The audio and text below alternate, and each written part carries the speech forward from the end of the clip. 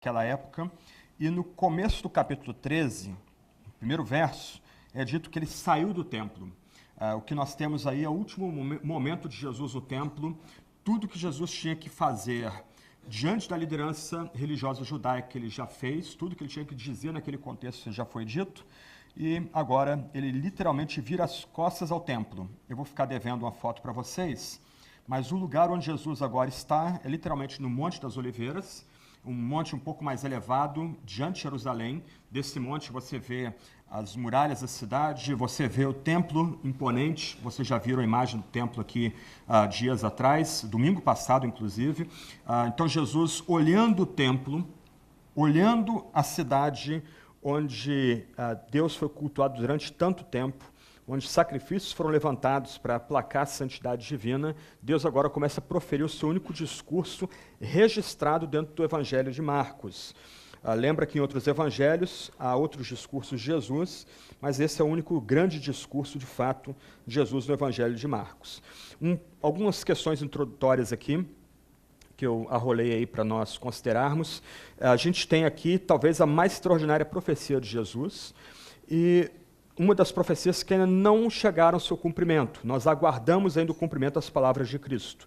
O que ele vai profetizar em todo esse capítulo, e a gente já considerou metade dele, ou mais da metade dele semana passada, é que Cristo, olhando o templo, olhando Jerusalém, no Monte das Oliveiras, ele profetiza sua vinda gloriosa no dia do Senhor, em poder e glória, para reunir o seu povo e ficar para sempre com ele.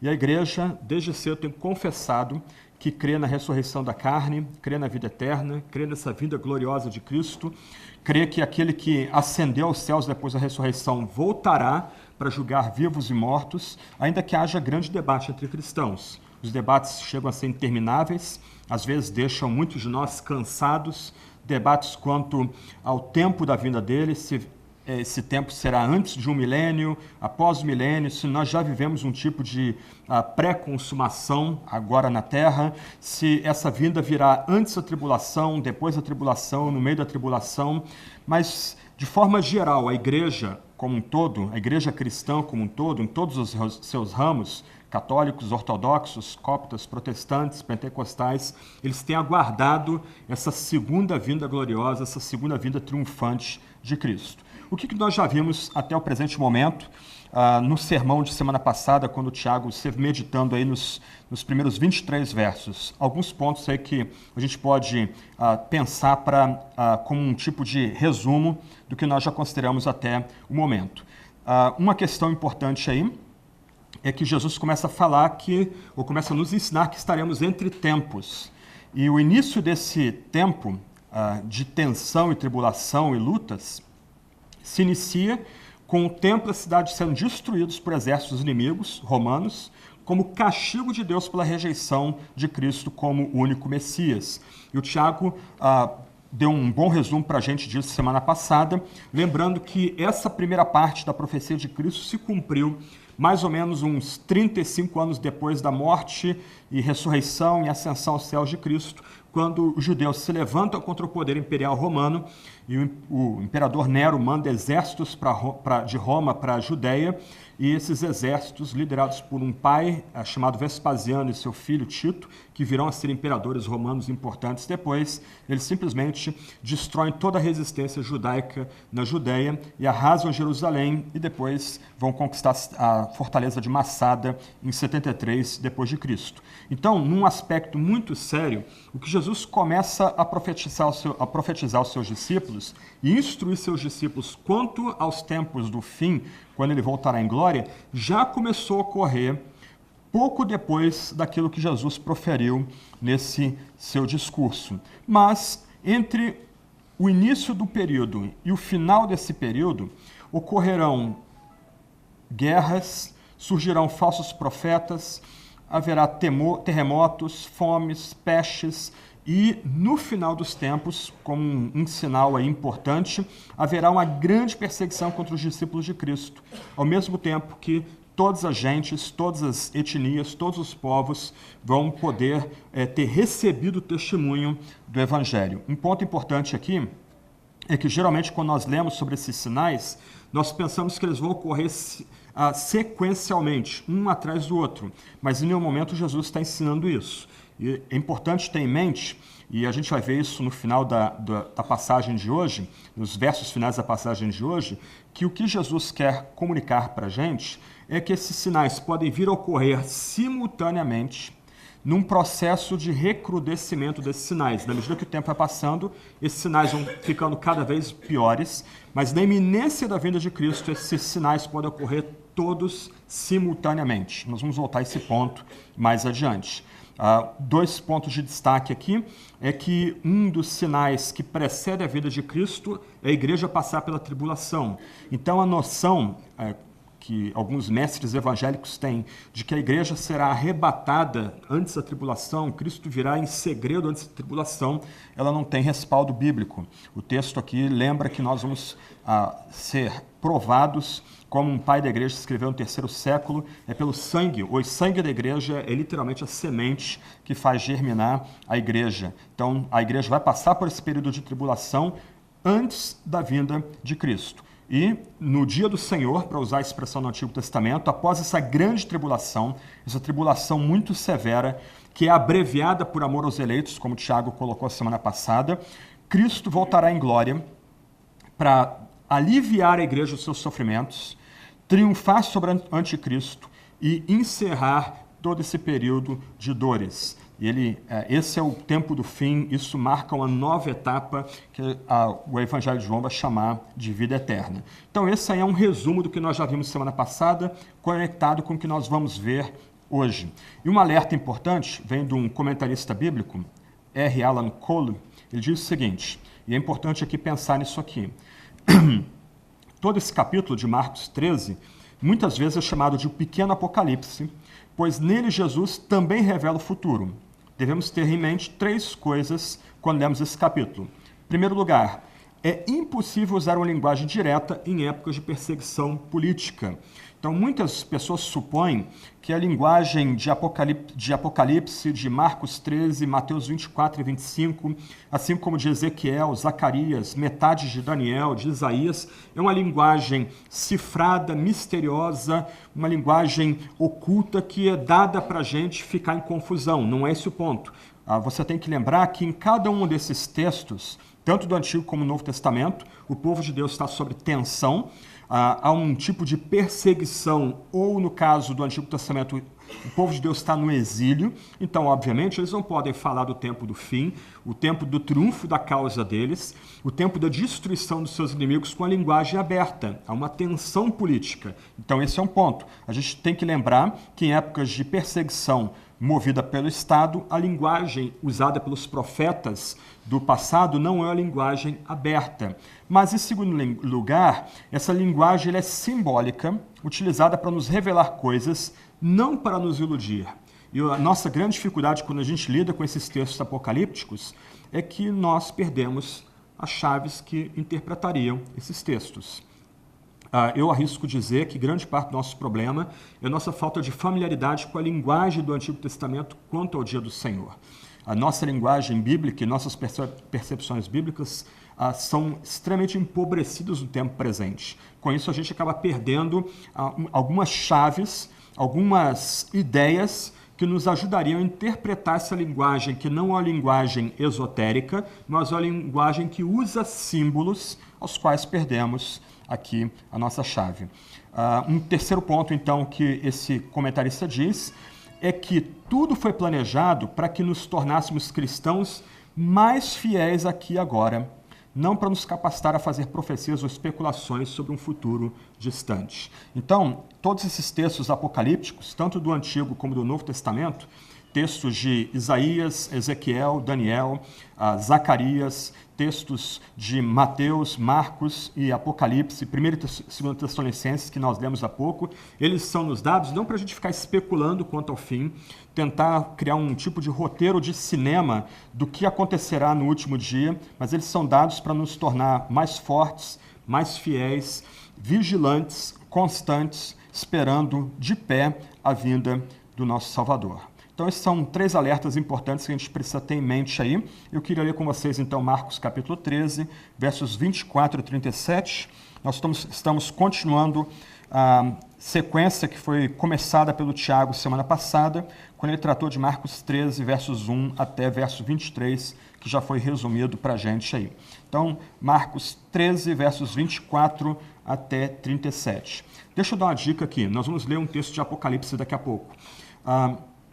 Um grande problema de gerações, talvez geração passada, a geração da avó do Tiago, que ele comentou semana passada, é que eles não usavam propriamente a imagem. Hoje, o nosso pecado é que nós usamos a imagem, a imaginação em excesso. Mas eu queria desafiar você o seguinte: eu vou ler daqui a pouco um texto de Apocalipse, e um texto bem gráfico, bem visual. Enquanto eu estiver lendo, não tenta analisá-lo, não tenta entender as conexões entre sujeito, verbo e predicado e tentando entender linearmente o texto. Enquanto eu estiver lendo o texto, aliás, enquanto a gente estiver lendo o texto de Marcos, tenta imaginar o texto na sua cabeça como um filme que se passa, ok? Esse é um ponto importante para a gente. A linguagem aqui é essencialmente simbólica. Então, nós podemos usar os recursos da nossa geração, que imagem, YouTube, filmes, vídeos, desenhos, etc. e tal, para tentar como que passar um filme em nossa cabeça enquanto nós estamos ouvindo a leitura desses textos.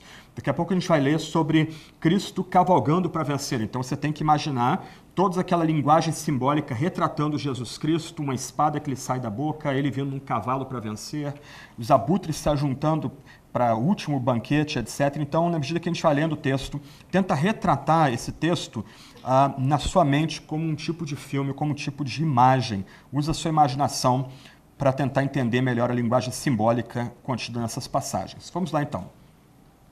Mas, naqueles dias, depois daquela tribulação, nota a sequência, ok?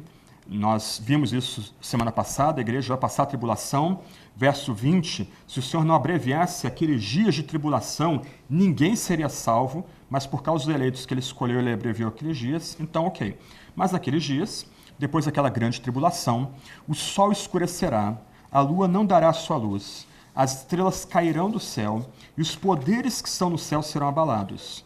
Então o Filho do Homem será visto nas nuvens com grande poder e glória, e logo enviará seus anjos e reunirá seus eleitos desde os quatro ventos, da extremidade da terra até a extremidade do céu. Aprendei, pois, a parábola da figueira. Quando os ramos se renovam, as folhas brotam, sabeis que o verão está próximo. Assim também vós, quando virdes acontecer essas coisas, sabei que ele está próximo às portas. Em verdade vos digo que essa geração não passará até que todas essas coisas aconteçam.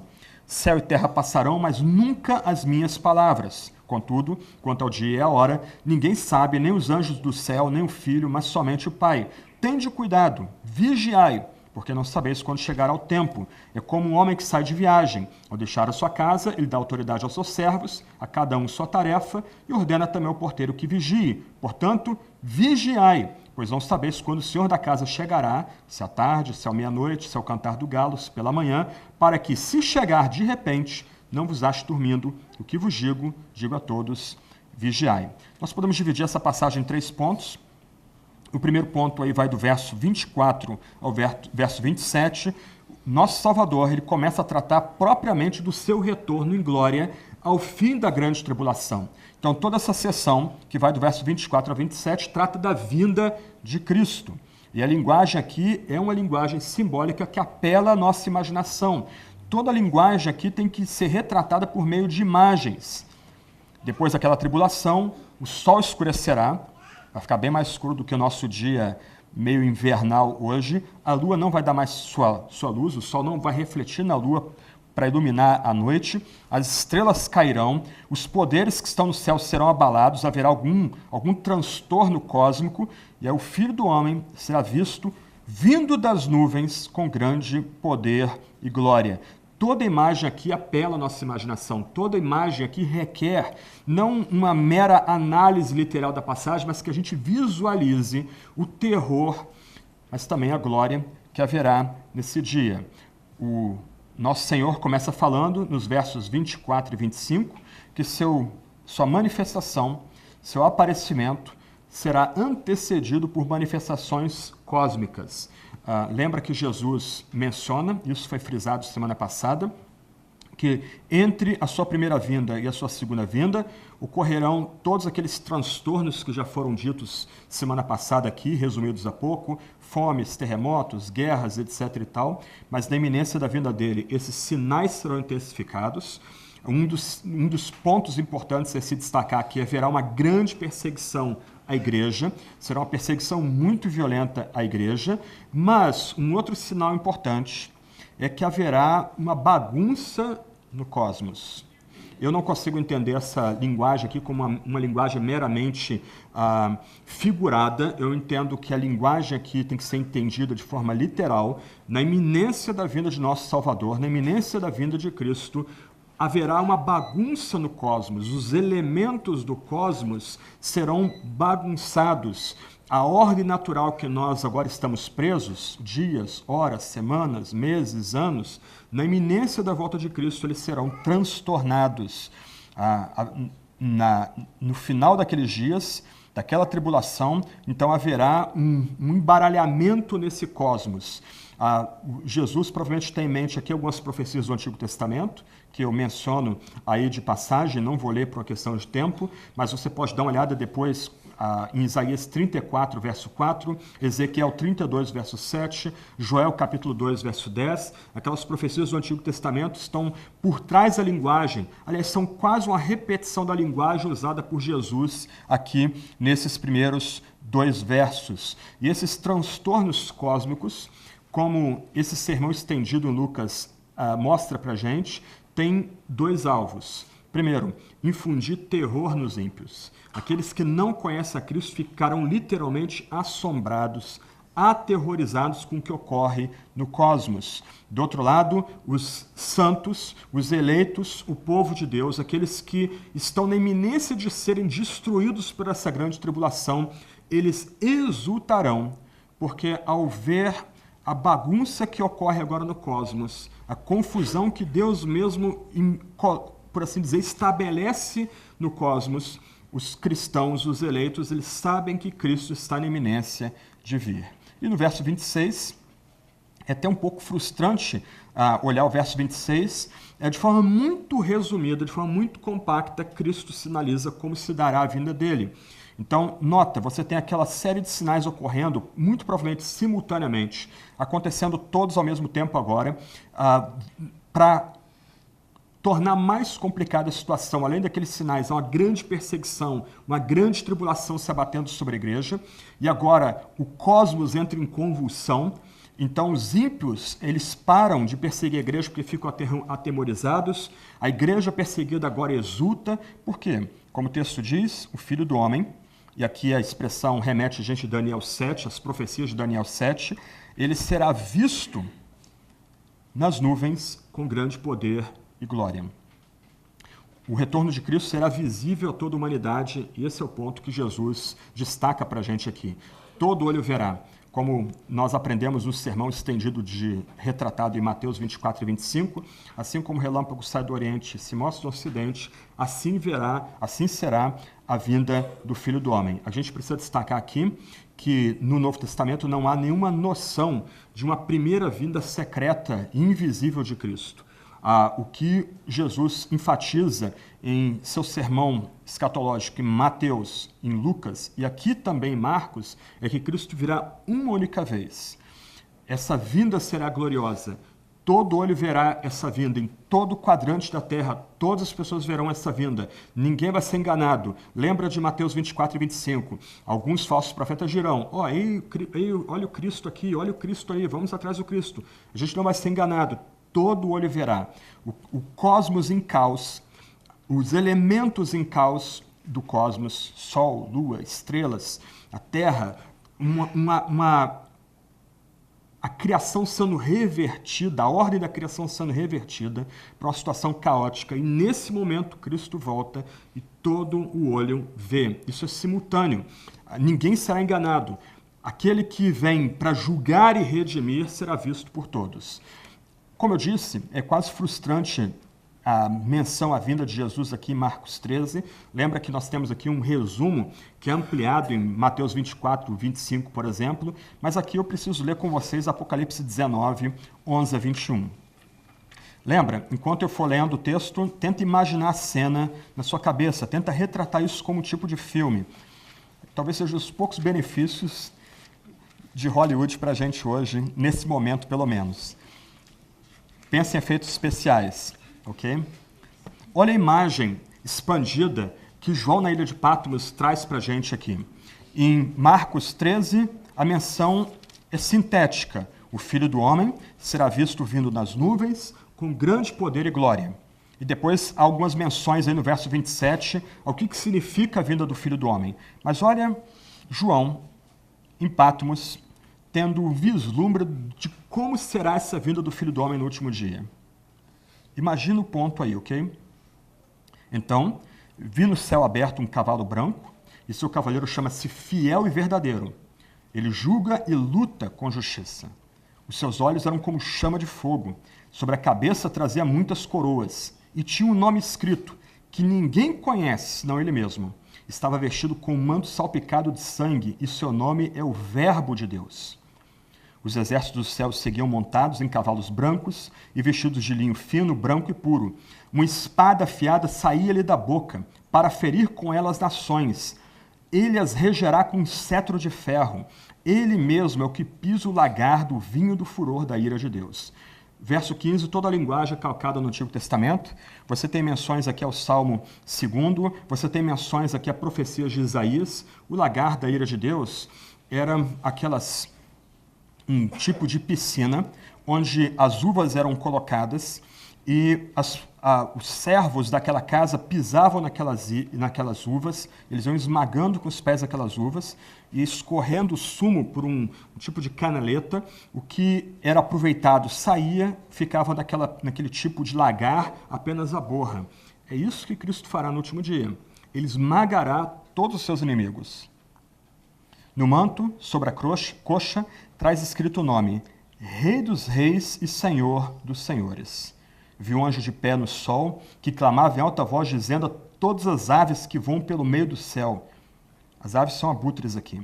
Vinde, ajuntai-vos para a grande ceia de Deus, para comerdes a carne de reis, de comandantes, de poderosos, de cavalos e de seus cavaleiros, sim, a carne de todos os homens, livres e escravos, pequenos e grandes. Então vi a besta, os reis da terra e seus exércitos reunidos para atacarem o cavaleiro e seu exército. Parece imponente isso aqui, 2 exércitos prontos para se desafiar no campo de batalha, mas olha, é quase frustrante os versos 20 e 21. Não há nem luta, mas a besta foi presa e com ela o falso profeta, que realizou diante dela os sinais com que enganou os que receberam o sinal da besta e os que adoraram a sua imagem. Esses 2 foram jogados vivos no lago de fogo que arde com enxofre. Os demais foram mortos pela espada que saía da boca daquele que estava montado no cavalo, e todas as aves se fartaram da carne deles. Não há combate, não há luta. Eles se apresentam diante do Filho do Homem que vem das nuvens com grande poder e glória, e no minuto seguinte são completamente esmagados, completamente derrotados. O retorno de Cristo será visível a toda a humanidade. Ele virá uma única vez. Todo olho verá, mas ele vem em juízo e julgamento. Isso que a gente pode entender das expressões com grande poder e glória. Ele vem para salvar o seu povo, a gente já leu isso semana passada, verso 20, por causa dos eleitos que ele escolheu, ele abrevia os dias da tribulação, ele vem para nos dar livramento nesse momento aí de grande tensão, grande luta, grande perseguição, mas ele vem também para esmagar os poderes do anticristo, destruir o pecado e a morte de forma final e cabal e triunfar sobre a besta e também sobre Satanás. O que a gente precisa ter em mente aqui, já que eu estou apelando à imaginação de vocês, é que Cristo, até o presente momento, veio como Redentor. Agora, ele virá como juiz, e um juiz que não tem como ser corrompido.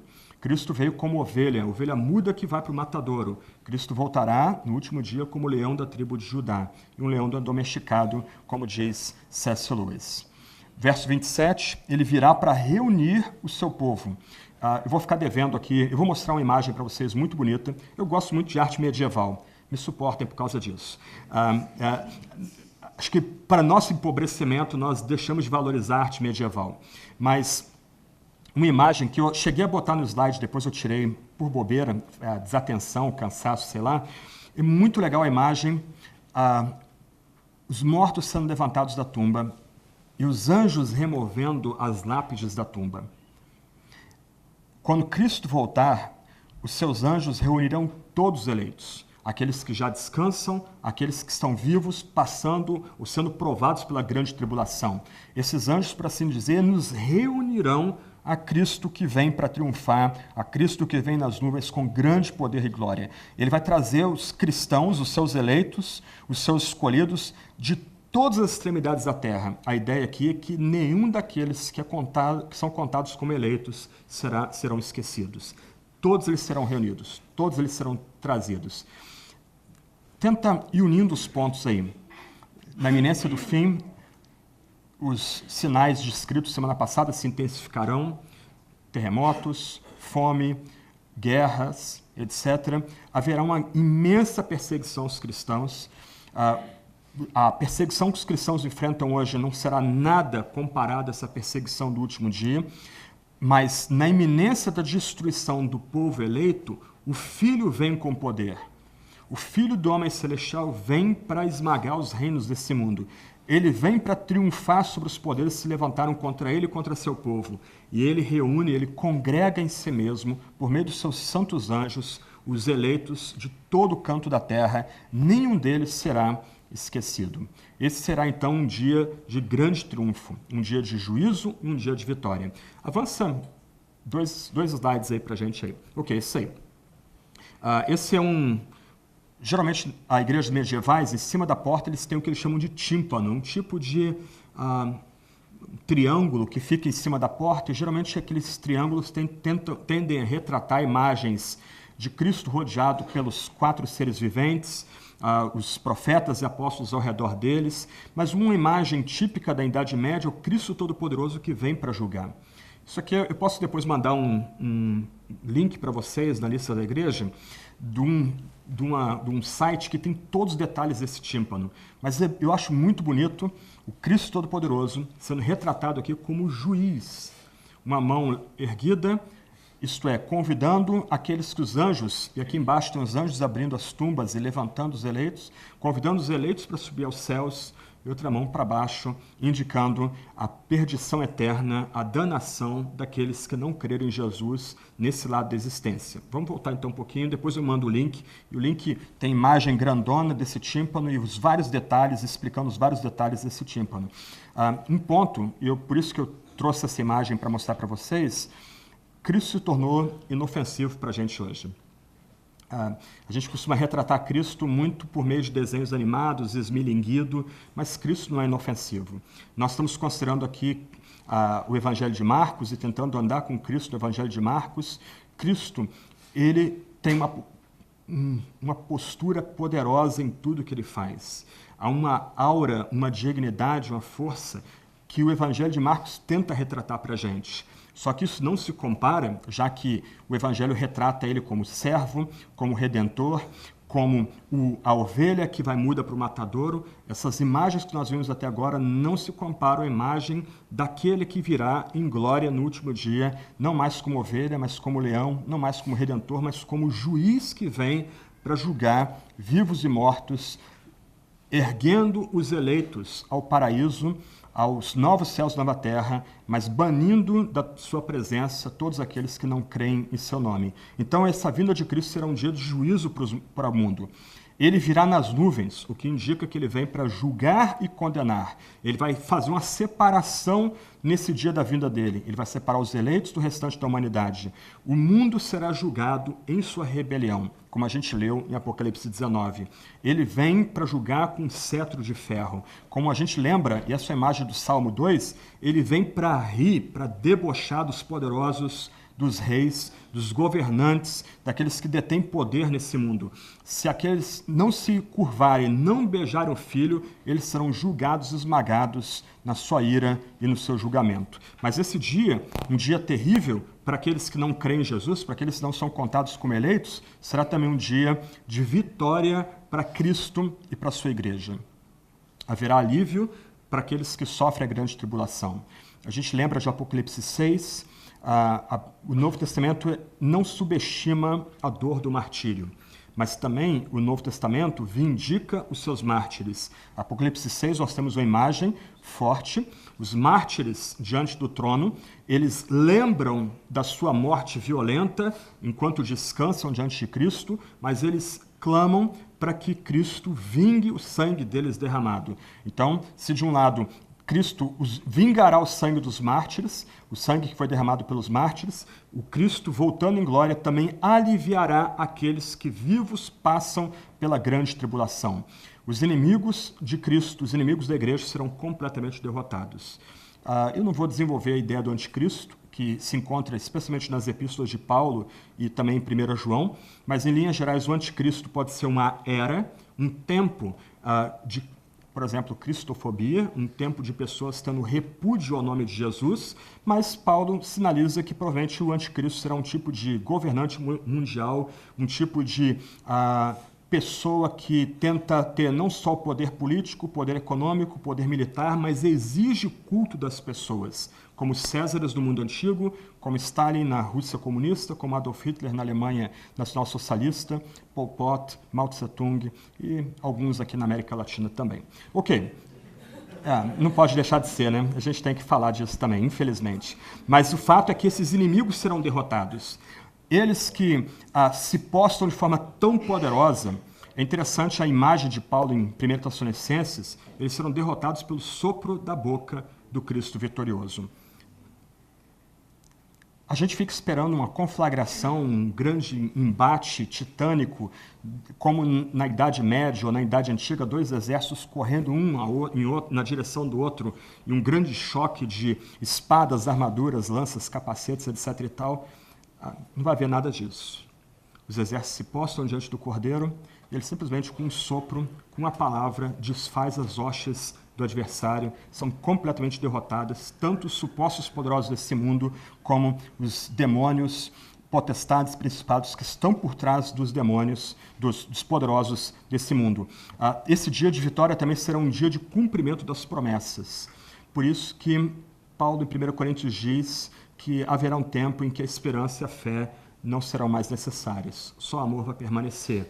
Nesse tempo da vinda gloriosa de Cristo, quando ele vem para trazer a sua vitória, para vindicar o seu nome e dar a vitória para a igreja, as promessas serão cumpridas, nossa fé cessa, nossa esperança cessa, agora o resto do amor pelo Cristo vitorioso, o leão que é a ovelha, o juiz que é o Redentor. E esse dia de vitória também será um dia de reunião. O verso 27 diz que os anjos reunirão os eleitos de Cristo em todo o quadrante da terra. Nós nos uniremos, a igreja será unida, a igreja que já descansa com Cristo se unirá com a igreja que milita nesse lado da existência e todos juntos celebrarão a Cristo por toda a eternidade, louvarão a Cristo por toda a eternidade. Essa é a ideia dos versos 24 a 27, retratando a vinda de Cristo como um juiz, como o leão que virá no último dia.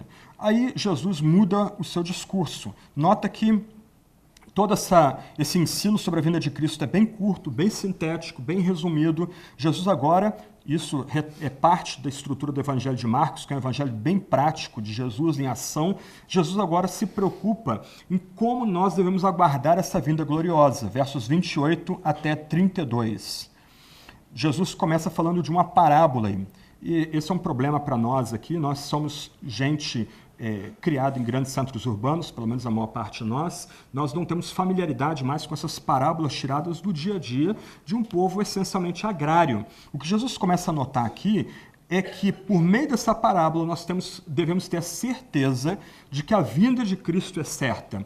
Ele usa uma parábola que seria facilmente compreendida pelos seus leitores originais, os leitores originais de Marcos, pelos aqueles que ouviram Jesus de forma imediata. Ele nota a figueira, que é um tipo de árvore bem comum na Judéia do primeiro século, e até hoje ainda é uma árvore comum naquelas paragens. E ele diz, olha, você está vendo essa planta? Ok, qualquer criança, jovem, adulto, ancião, sabe que depois de um período de sequidão ou de inverno, outono e inverno, quando as a folhagem começa a nascer de novo e começa a ficar verde de novo, marca-se um novo tempo, marca-se uma nova etapa.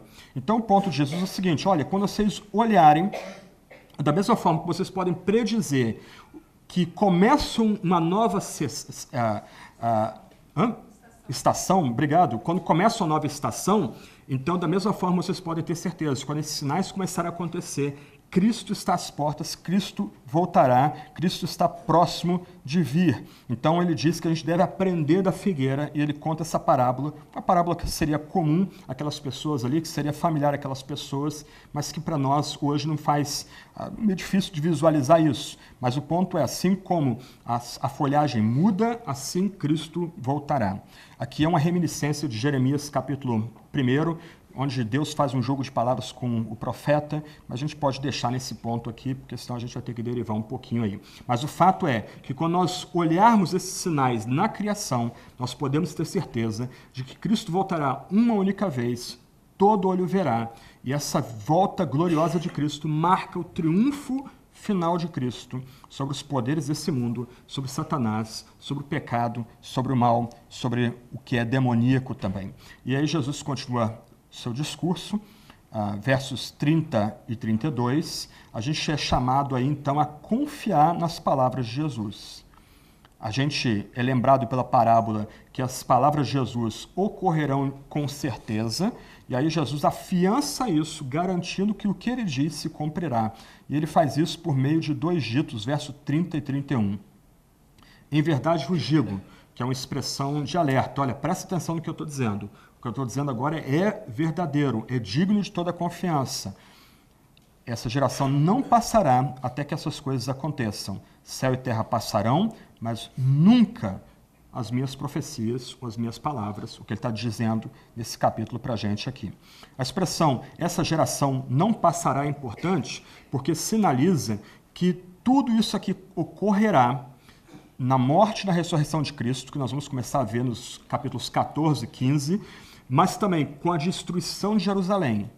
Todos esses vários sinais que já vão acontecer naquela geração apontam para a gente, para o fato de que o que Cristo profetizou certo ocorrerá no último dia, ocorrerá verdadeiramente no último dia. Então, a geração a qual ele se dirige tem que ficar alerta, tem que ficar esperta, porque a partir do que farão ao Filho do Homem, e mais adiante, 30 anos depois, a destruição de Jerusalém, aquilo sinaliza que as palavras de Cristo, de fato, ocorrerão ou serão concretizadas. O verso 31 é muito forte, ele conecta a gente exatamente com os versos 25 e 26. Assim como Cristo vai voltar, tão certo como ele diz, assim suas palavras permanecem. Tudo mais pode passar. Toda essa criação pode passar, mas o que Cristo diz permanecerá e por isso a gente deve encarar com seriedade, né? Em verdade vos digo, a gente deve tratar com absoluta seriedade as palavras de Jesus. E aí há um dito, verso 32, que a gente às vezes passa batido, é um dito complicado, e eu vou explicar por quê. Jesus lembra que a gente tem que ter certeza que a vinda dele é certa, que a gente deve confiar nas suas palavras de que ele de fato virá, mas do outro lado, a gente não deve se encantar com pessoas que queiram marcar o tempo da vinda dele. Qualquer pessoa, não importa pastor, teólogo, profeta, profetisa, apóstolo, apostolesa, bispo, episcopisa, não é bispa, o feminino de bispo, ok? Não importa quem diga, ninguém tem o direito de dizer com certeza ou sugerir com algum grau de certeza o tempo da vida dele. Isso é vedado. E é vedado aos anjos no céu e até mesmo ao Filho. E aqui eu não vou explicar isso, porque aqui é muito complicado. Curiosamente, dois comentaristas, eu estou indo além do que dois comentaristas fazem. Dois comentaristas nem comentam essa passagem, eles simplesmente pulam essa expressão. Nem o Filho sabe o tempo da vinda, da sua vinda, mas o ponto aqui é que essa noção de nem o Filho saber deve nos levar a envolver todo esse tempo, a embrulhar todo esse tempo em mistério. Assim como Cristo voltará uma única vez e todo olho virá, ninguém deve sair correndo atrás de profetas ou profetisas, bispos ou episcopisas, apóstolos, apostolesas, achando que alguém tem nesse lado da existência autoridade para dizer quando Cristo voltar.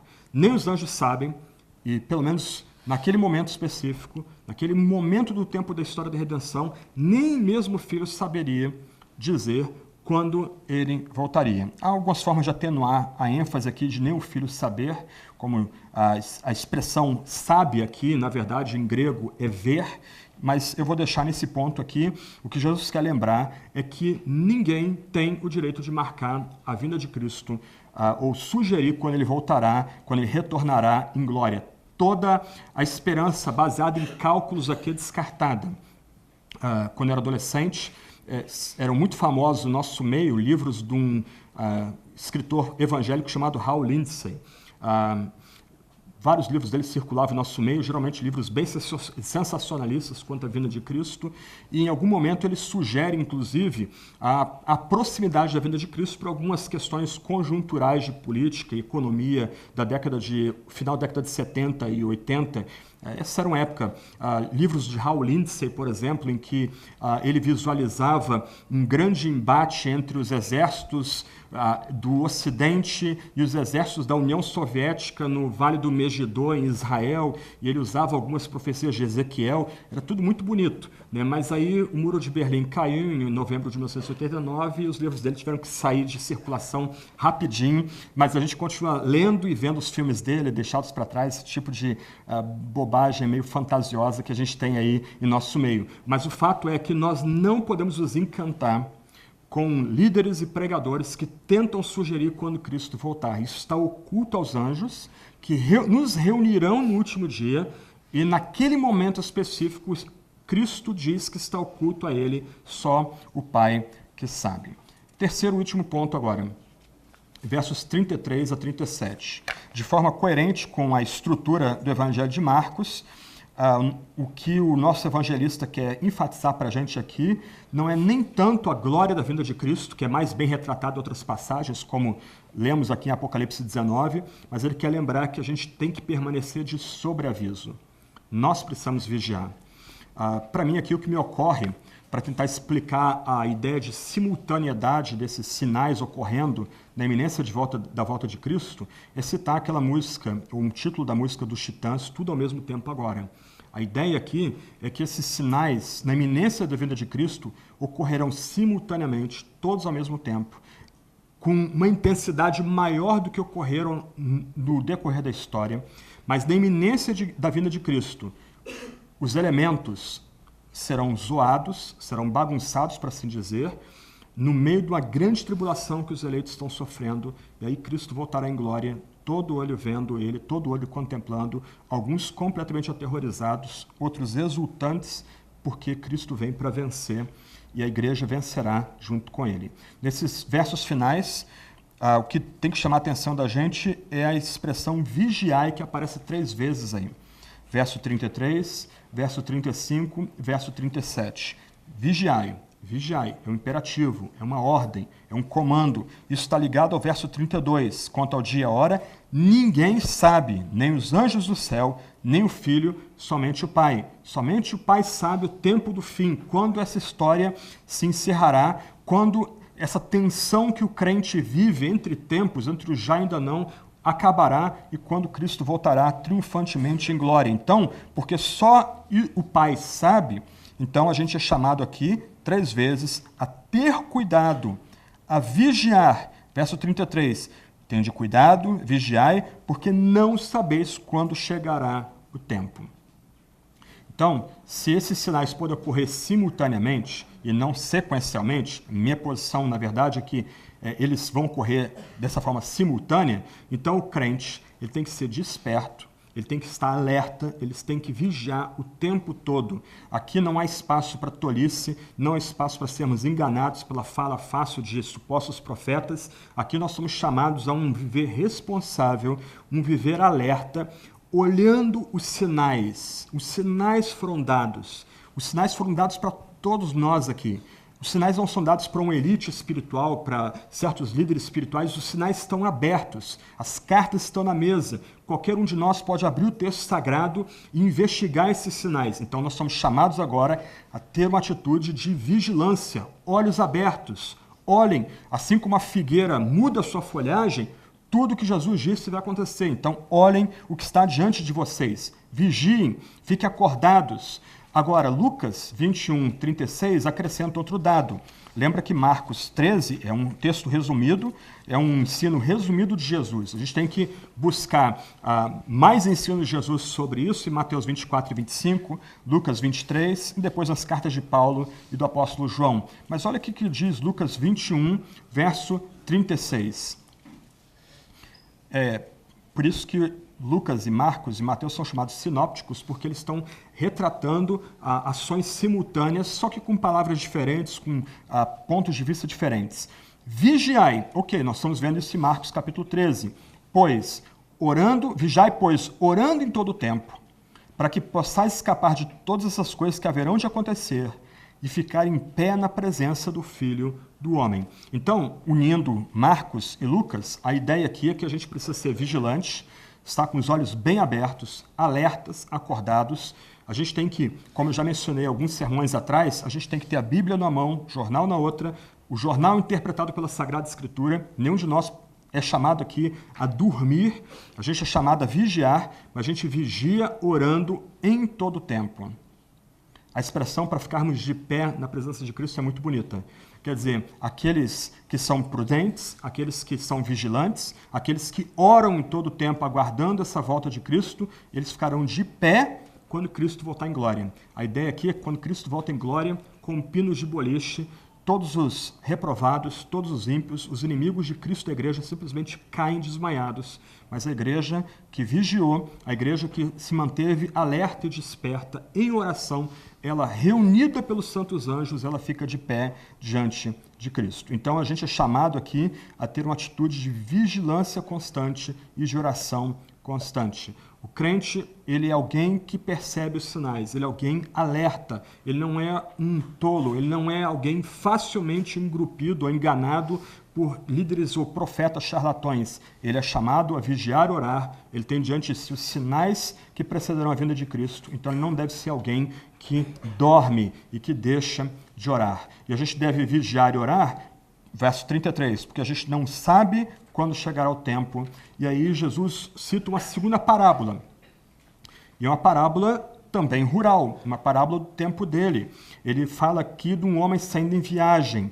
Ele dá autoridade aos servos, distribui tarefas, ordena que o porteiro vigie, e a gente é chamado, verso 35, da mesma forma que o porteiro vigia, a vigiar, porque a gente não sabe, de novo, nós não sabemos quando o Senhor da casa chegará. Se à tarde, se à meia-noite, se ao cantar o galo, uma expressão curiosa aqui, e provavelmente não está falando da ave que incomoda alguns de nós aí de madrugada, no começo da madrugada, mas provavelmente aqui é uma menção a um tipo de trombeta que os militares em Jerusalém, os militares romanos de Jerusalém tocavam na fortaleza para marcar a mudança de horas durante o dia e se pela manhã. Como a gente não sabe quando o dono da nossa casa vem, a gente precisa administrá-la dignamente.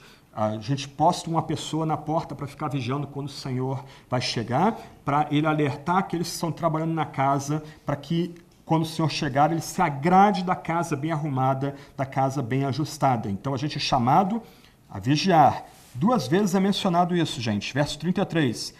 Tende cuidado, vigiai, porque não sabeis quando chegará o tempo. De novo, vigiai, pois não sabeis quando o Senhor da casa chegará, se meia da noite, à tarde, manhã ou quando tocar o sinal da mudança da hora.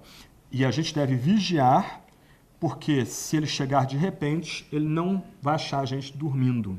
Aqui é uma expressão também, de certa forma, misteriosa, já que a gente já viu antes que é por amor aos eleitos que a tribulação será abreviada pela vinda de Cristo, mas, do outro lado, essa ideia de dormir aqui lembra que o crente tem que estar desperto, o crente tem que estar de olhos abertos, o crente tem que entender os tempos em que ele vive, ele não pode ter vida descuidada, ele não pode lidar com as questões do dia a dia de forma descuidada. E aí o verso 37 arremata: o que vos digo a todos, o que ele diz ali para os seus discípulos que estão escutando o sermão dele no Monte das Oliveiras, diante de Jerusalém. Ele também diz agora a todos que vão ler as palavras dele: vigiai, isto é, sejam despertos, sejam alertas, sejam compromissados, sejam santos, sejam fiéis a Deus em todo o tempo, até o momento da sua vinda triunfante no último dia. Que lições a gente pode extrair dessa passagem? 3 pontos aí para a gente caminhar para o final aí. O que a gente nota nos primeiros versos, 24 a 27, é o propósito dos sinais que marcam a iminência da vinda de Cristo. Esses sinais não servem de base para a gente marcar datas e épocas. Toda essa paixão que alguns círculos entre os evangélicos e mesmo fora deles têm para tentar adivinhar a vinda de Cristo, para sugerir datas para a vinda de Cristo, na verdade, desonra as palavras de Jesus, desonra o próprio Jesus que nos dá essa instrução, esses sinais que Cristo nos dá, essas pistas da iminência da sua vinda que ele nos dá aqui, não são dadas para nós marcarmos tempos e épocas. Isso está oculto em Deus.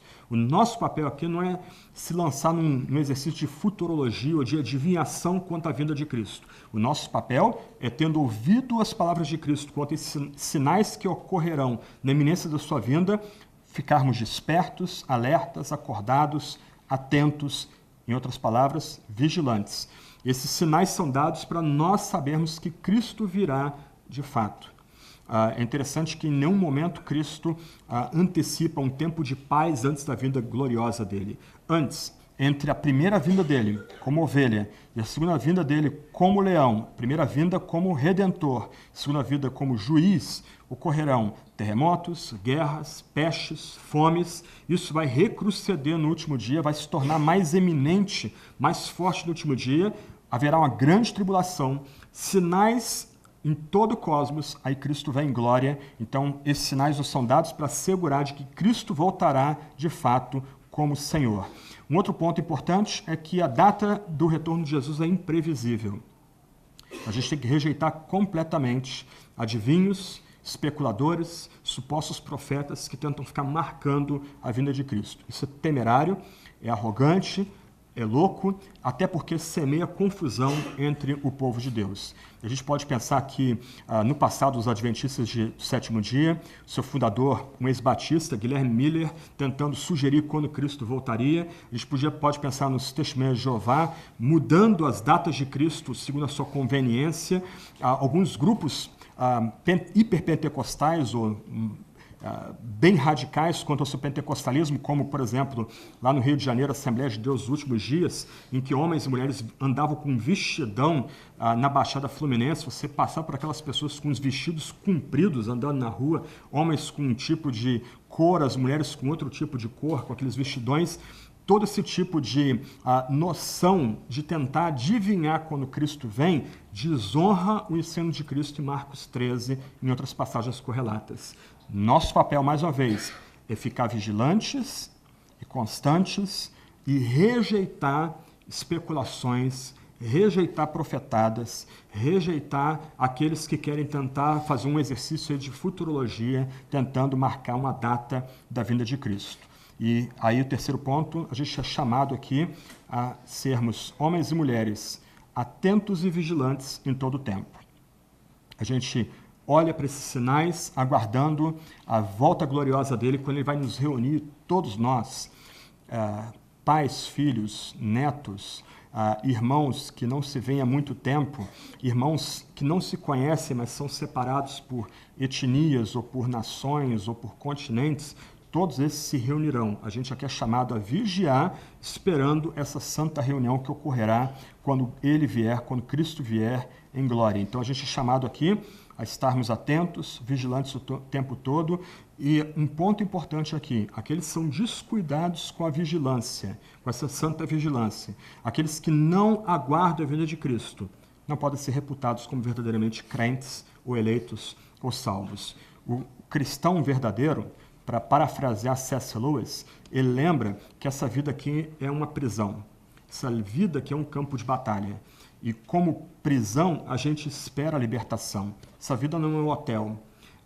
Alguns acham que essa vida é um hotel e ficam reclamando do serviço, reclamando de Deus, como se ele fosse o gerente desse hotel. Mas essa vida aqui no hotel não nos é prometido, desse lado da existência, um paraíso, para isso só vai ser redescoberto quando Cristo voltar finalmente em glória e triunfo no último dia. Se nós vemos essa vida como um campo de batalha, nós esperamos a paz que virá. Se a gente vê essa vida como uma prisão, nós esperamos aquele libertador que abrirá a cela da prisão para nos dar completa liberdade numa nova estrutura de mundo que o Novo Testamento chama de vida eterna e Apocalipse chama de novos céus, nova terra. Aqueles que não aguardam essa vida gloriosa de Cristo não podem ser reputados de fato como cristãos. O cristão ama, ele espera, ele anseia essa vinda. Uma oração curtíssima do Novo Testamento é Maranatá. Venha, Senhor Jesus, que o Senhor Jesus venha em glória. Esse é o anseio do cristão. Talvez a gente não anele e não espere essa vinda porque a gente não está sendo provado o suficiente. Aqueles que estão sendo provados no Oriente Médio, partes da África, partes da Ásia, aqueles que, eu coloquei esse vídeo na minha página, dia desse, na Venezuela param diante de soldados e guardas fortemente armados e começam a clamar por libertação, esses sabem que, olhando para esse lado da existência, não há nenhuma esperança de vitória final. É necessário que aquele que veio para nos salvar, venha para julgar no último dia e venha triunfante. Como diz aqui o texto que nós meditamos, o Filho do Homem será visto, vindo nas nuvens com grande poder e glória, e logo enviará seus anjos e reunirá seus eleitos, desde os quatro ventos, da extremidade da terra até a extremidade do céu. Essa é a nossa única esperança, mas também é toda a nossa esperança, que o nosso Salvador, que nós já amamos com muita luta nesse tempo presente, virá em grande glória no último dia para nos dar alívio, descanso, paz, alegria, contentamento, o que a gente celebra na ceia, e a gente vai rememorar isso semana que vem. Eu queria terminar lendo um hino. Para mim, é um dos hinos mais bonitos em língua inglesa. Infelizmente, não tem tradução para o português. Esse hino é baseado nas cartas de um grande teólogo presbiteriano chamado Samuel Rutherford, que foi preso por ter resistido a um rei mau da Inglaterra. E uma senhora, Anne Ross Cozen, ela pegou essas várias cartas e parafraseou, deu uma estrutura de cântico para essas cartas, para esses textos, né? E depois ela musicou esses textos das cartas. Eu vou ler só 4 estrofes de um hino de 16 estrofes, então vou poupar vocês aí de muita leitura. Eu selecionei as 4 principais estrofes desse hino. Mas olha, presta atenção na letra e tenta imaginar a cena, mais uma vez. As areias do tempo escoam. Essa cantora, essa senhora, ela está pensando naquelas ampulhetas antigas, ok? As areias do tempo escoam, rompe a alvorada celestial. Amanhã de verão pelo qual ansiei, amanhã doce e radiosa desperta. Trevas, trevas houve à meia-noite, mas o nascer do dia está às portas. E glória, glória habita na terra de Emanuel. A noiva não repara em seu vestido, mas no rosto do seu amado noivo. Não fixarei os olhos na glória, mas no meu rei da graça. Não na coroa que ele dá, mas em sua mão transpassada. O cordeiro é toda a glória da terra de Emanuel. Experimentei zombaria e ódio, experimentei erro e vergonha. Os orgulhosos da terra me censuraram, por causa do 3 vezes bendito nome de Cristo, onde Deus mais justamente coloca o seu selo. Comportaram-se da forma mais ignóbil, mas o juízo brilha tal qual meio-dia na terra de Emanuel. Convocaram-me a estar perante eles, mas ali não posso ir. Meu Senhor diz, venha para cima. Meu Senhor diz, bem-vindo ao lar. Meu régio rei, em seu trono branco, ordena a minha presença, onde a glória habita na terra de Emanuel. Amém? Vamos orar.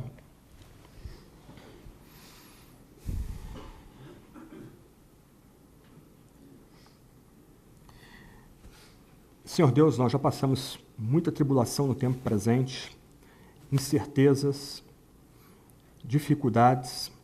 O Senhor conhece aqueles que são aqui provados, tanto no coração como na carne, aqueles que passam necessidades, aqueles que não têm família, aqueles que estão desempregados. O Senhor conhece aqueles que têm sofrido censura por causa do amor a Ti e da fé em Teu Filho.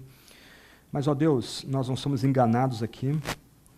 O que nós já estamos passando não se compara àquilo que outros irmãos e irmãs nossos têm passado em outros cantos do mundo. E tudo que nós aqui e lá fora temos passado também não se compara ao que ocorrerá na iminência da vinda do teu eterno Filho. Nosso coração se enche de medo e de ansiedade quando nós lemos sobre esses sinais.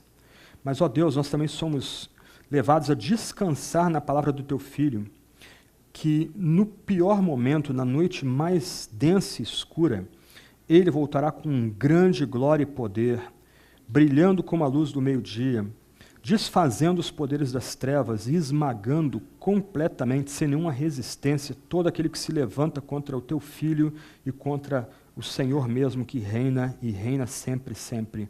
Ó Deus, ajuda-nos a sermos vigilantes e constantes, ajuda-nos a sermos disciplinados, ajuda-nos a ansiarmos para essa vinda, ajuda-nos a todo tempo não só vigiar, mas orar para que a gente seja encontrado de pé quando teus anjos forem mandados para nos sermos reunidos em todos os cantos da terra e apresentados à tua presença. Ó Deus, nós te imploramos, ajuda-nos a amar e a aguardar a vinda do teu Filho e ajuda-nos, ó Deus, a sermos imensamente confortados e consolados já nessa hora, já nesse tempo presente, que tudo que nós enfrentamos nessa vida, nessa terra, não se compara com a força, com o poder da vitória que haverá no dia da vinda de Cristo Jesus. Não deixa a gente ser encantado por falsos profetas e falsos mestres. Ajuda-nos, ó Deus, a escutarmos apenas a voz doce de Jesus Cristo. Ajuda-nos a aprendermos apenas Jesus, como proceder nesse dia. Sobretudo, mais uma vez imploramos, infunde em nossos corações confiança, coragem, espírito de fortaleza. Ó Deus, ajuda-nos a de pé aguardarmos o dia glorioso da volta visível de teu Filho, quando todo olho verá, quando todo joelho no céu, na terra e debaixo da terra se prostrará e reconhecerá Jesus como Senhor e dará glória ao teu nome como o único Deus vivo e verdadeiro. Amém. Amém.